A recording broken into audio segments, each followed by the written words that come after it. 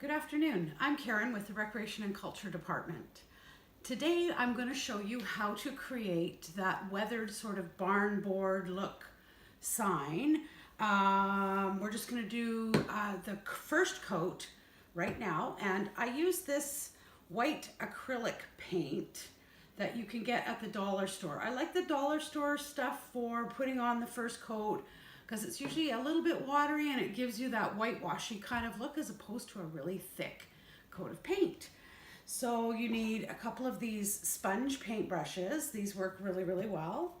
And I usually just put my paint on like the top of an old sour cream container or a margarine container because you don't really need a lot because you're going to apply it very, very lightly.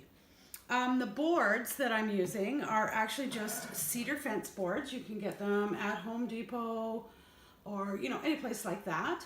I use the rough side because it gives it, when we sand it down later, it'll give it a better texture so that, some of the high spots will sand off a little bit more than the low spots, and it makes it look like a little bit more of a weathered barn board. Okay, so this is the rough side. And I've already given this a rough sand to take off any loose fibers or anything like that. So we're just going to go ahead and we're going to put this coat of paint on here. And as I said, we're going to do it this is thick paint. We're going to do it very, very lightly so it has like a whitewashed kind of look. I'll show you. I'll do a couple of strokes and then I'll lift it up and let you see what it looks like. When we're doing our lettering later on, I prefer not to use the dollar store paint because it doesn't really cover very well. So that's when I would go to Hobbycraft in Willow Point, or actually Walmart carries a really good line of acrylic paint that is a little bit not as watered down as the dollar store stuff. But the dollar store stuff is, as I said, great for that kind of beginning whitewashed look. So I'll just show you. So we're just going like this to make it look like, I guess like an old barn board that has been left out in the weather for a couple of years and is, you can also, it doesn't have to be white. I have used blue, or I have used like an antique white to give it like a creamy kind of color. All of those work really well. It's entirely up to you. Or you can even leave the board natural. I've also done that. Or applied like a clear stain on it so that you can see the wood grain, but it doesn't, you can still see the wood through, and it doesn't really have like like a barn board look. It does, I guess, but it's more of a cedar look, I guess. So anyway, so this board, that's about as much as I would do on this board. I would do the sides and the back as well. Let it dry before you transfer your letters. Now we're going to be using carbon paper to transfer the words or the lettering or designs or whatever it is that you want to put on your board. So the paint has to be entirely dry, or it does not, the letters do not transfer very well. We've done workshops on this before where we've sort of had to speed up the process, and we used hair dryers, and we would actually dry it at this point so that we could get a sign done within a 2-hour period. So that does work if you're on a short time frame. Usually what I do is I paint the board the night before, and then the next night I start working on the lettering. So as soon as this is dry, I will show you how to transfer the lettering onto the board. Hi.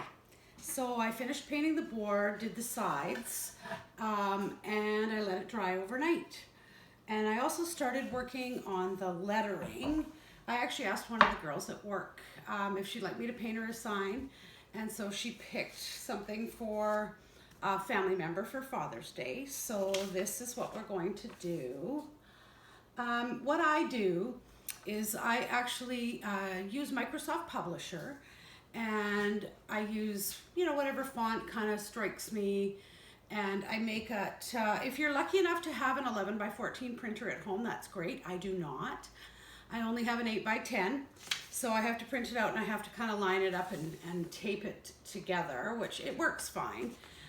There's some great fonts out there that are free.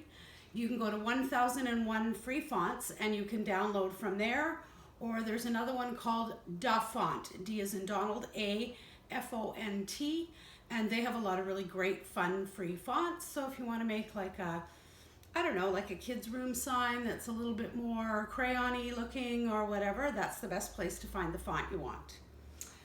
So then we're going to use carbon paper to transfer these letters onto the board. I use, just half sec. I use just everyday business carbon paper. You can get it at Staples or Monk's or any of the stationery stores. So I've gone ahead and I've cut the carbon paper to approximately the size of the board. And then you just lay it on the board. And also too, I'm reusing a piece here. You can use the carbon paper over and over again. You don't have to get a new piece every time, so it's really quite economical.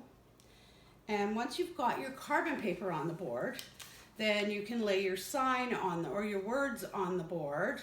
Now you can measure it so that it's dead even, or you can eyeball it, whichever you prefer. I have a tendency to be a bit of an eyeballer, but unless it's something very, very picky, but you can usually have a good look and see that it's pretty centered. So I'm going to go with that. Then you take some Scotch tape, and don't tape it down a lot, because there are times when you're going to actually want to lift it and have a look to see how it's going. So I would use probably 4 pieces of Scotch tape, 2 on each end. Make sure you tape down the paper and the carbon paper so that it's like stuck against the board. Then you are going to take a pen. I just use a stick pen. It doesn't even have to have ink in it. And you start to trace the letters. Sometimes you have to go over it, you know, almost like you're coloring it in, and trace all the letters onto the board. And then every once in a while, I like to just lift the tape and have a look underneath and make sure that it's going through okay and that I can actually read the letters on the board. So I'm going to go ahead and do this, and when it's all done, I'll show you that. Hi, so I went ahead and I transferred the letters onto the board. I'm going to show it to you. There is a little bit of painting on there because I was just kind of testing out a color to see if I did like it. So if you look at the board, you'll see that some of the letters at the top are a little bit fainter than the ones at the bottom. And that's just because the top of the board had more texture, etc. So I had to press a little bit harder. And if you recall, I told you to tape, but not to tape a lot, because you want to be able to lift it up and look and make sure that everything is transferring through. Don't worry about it if it's not really dark black lettering. That can actually be a benefit sometimes, because if you're using a paler color like turquoise or pink or whatever, covering up those black lines can be difficult, and it often involves like a second coat. I brought 3 different types of paint to show you. We have this folk art paint that you can get, or I have this Martha Stewart craft paint is also excellent. And the paint I'm going to be using today is Anita's all-purpose acrylic. As I said before, you can use the dollar store craft paint, but expect to have to do 2 to 3 coats on your letters because it is quite watery and it doesn't often cover what you want it to cover. So, I mean, if you want to have less work, spend a little bit of extra money and buy the good acrylic paints. So I've got quite a few brushes here. It depends on the size of the lettering that I'm going to do, which size of a brush I use. I actually like quite a stiff brush because it makes me feel like I'm in a little bit more control when I'm coming to the edges, etc. So I have put a little bit of the paint color that I'm going to use on my trusty margarine container. And I'm going to just go ahead and I'm going to start painting the letters. I do like the color that I had chosen when I was testing it out. And I'm gonna go ahead and I'm gonna fill this in. It's kind of like coloring, it's very therapeutic. So just go ahead and fill in your letters. And once we get that done, I'll show you the next step. Okay, so I got all the letters painted. I think it turned out pretty good. So the next step is we're going to sand it off a bit to give it that I've been outside for years kind of weathered look. Now you can do this or not do this. It's entirely your decision. I like the kind of weathered old barn look, antiqued I guess you would say. So I'm going to use, I have a sanding block. I've also brought in a couple of other pieces of sandpaper just in case I don't like how much is coming off with the sanding block. This is probably about a medium grit. So I'm just gonna run it really lightly over the letters. And you'll see that where the grain of the wood is higher in certain places, then those pieces will sand off, say, more than other places. But you know, that's the way wood wears outside as well. The higher places would, obviously the paint would wear off faster than the lower places. So it gives it kind of a really natural weathered look. This does not take long. You don't want to over sand or you might sand away your letters totally and have to redo them. Okay, so, and I also keep a damp cloth kind of handy by me so that when it's done I can wipe it off and all the sanding dust and have a better look at it to see if I'm happy with it. And if I'm not happy with certain parts, I can go over and redo them. But actually, I think I'm mostly happy with how this came out. Maybe a little bit on the but. Okay, so yeah, so there you go. That's it sanded off to look a little bit more weathered. Okay, so the next step is again, this is your choice. If you're happy with that, then you're done. But I like to put kind of a finish on it. So I use this, it's an Americana gel stain. Now I don't use it straight because it's very, very thick. So I water it down. I'm just gonna grab my container.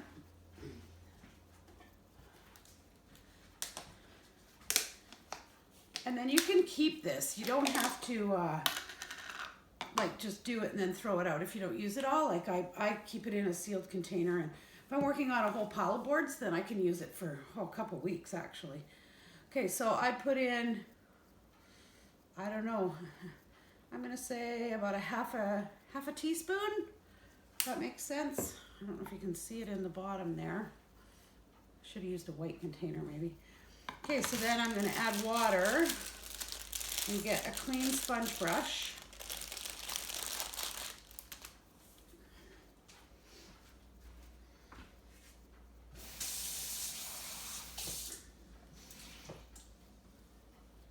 And I would say you would add about a half a cup of water to that.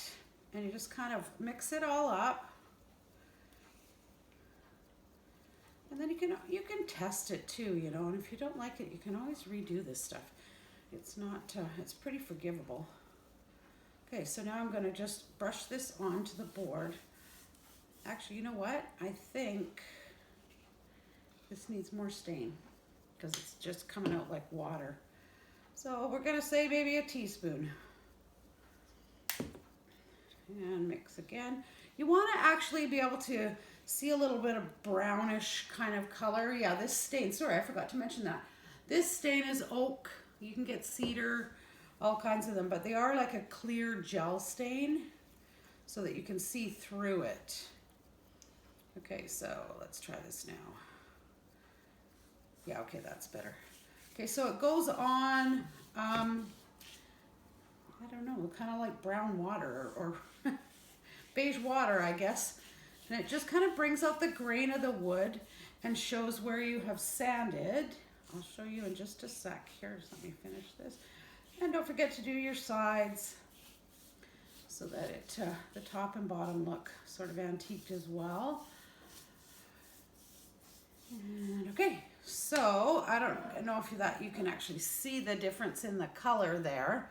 If not, you will when you do it. Then I would take like a piece of paper towel and I would just kind of wipe it off just so that it doesn't pool in any one spot. And that is that. If you're gonna put your sign outside, you can put like a coat of urethane or something on it. I never have, and I just let them weather naturally, and it even enhances the weathered look even more. Okay, so that is the sign that we have made. I've also too, when I'm doing them, I always, lots of times, depending on if what the person wants, I have attached like a hanger on it, so you can use like this jute rope. You can get this at the dollar store. I just staple it directly onto the back of the sign. I'm going to turn it around here. Just like this, so they can hang it on a nail or hang it or wherever. I also have some old rusty wire that I have used, or you can just leave it. They might want to put it on a plate stand, or they might want to drill it straight into something and just affix it to the wall. That's entirely your decision, but just some ideas for you. So I hope you've enjoyed this, and I hope you make lots of boards. They make great gifts, baby shower gifts, wedding gifts, you know, Father's Day gifts. So I'm hoping to do a few more craft workshops in the next couple of months. So stay tuned. Thanks for watching.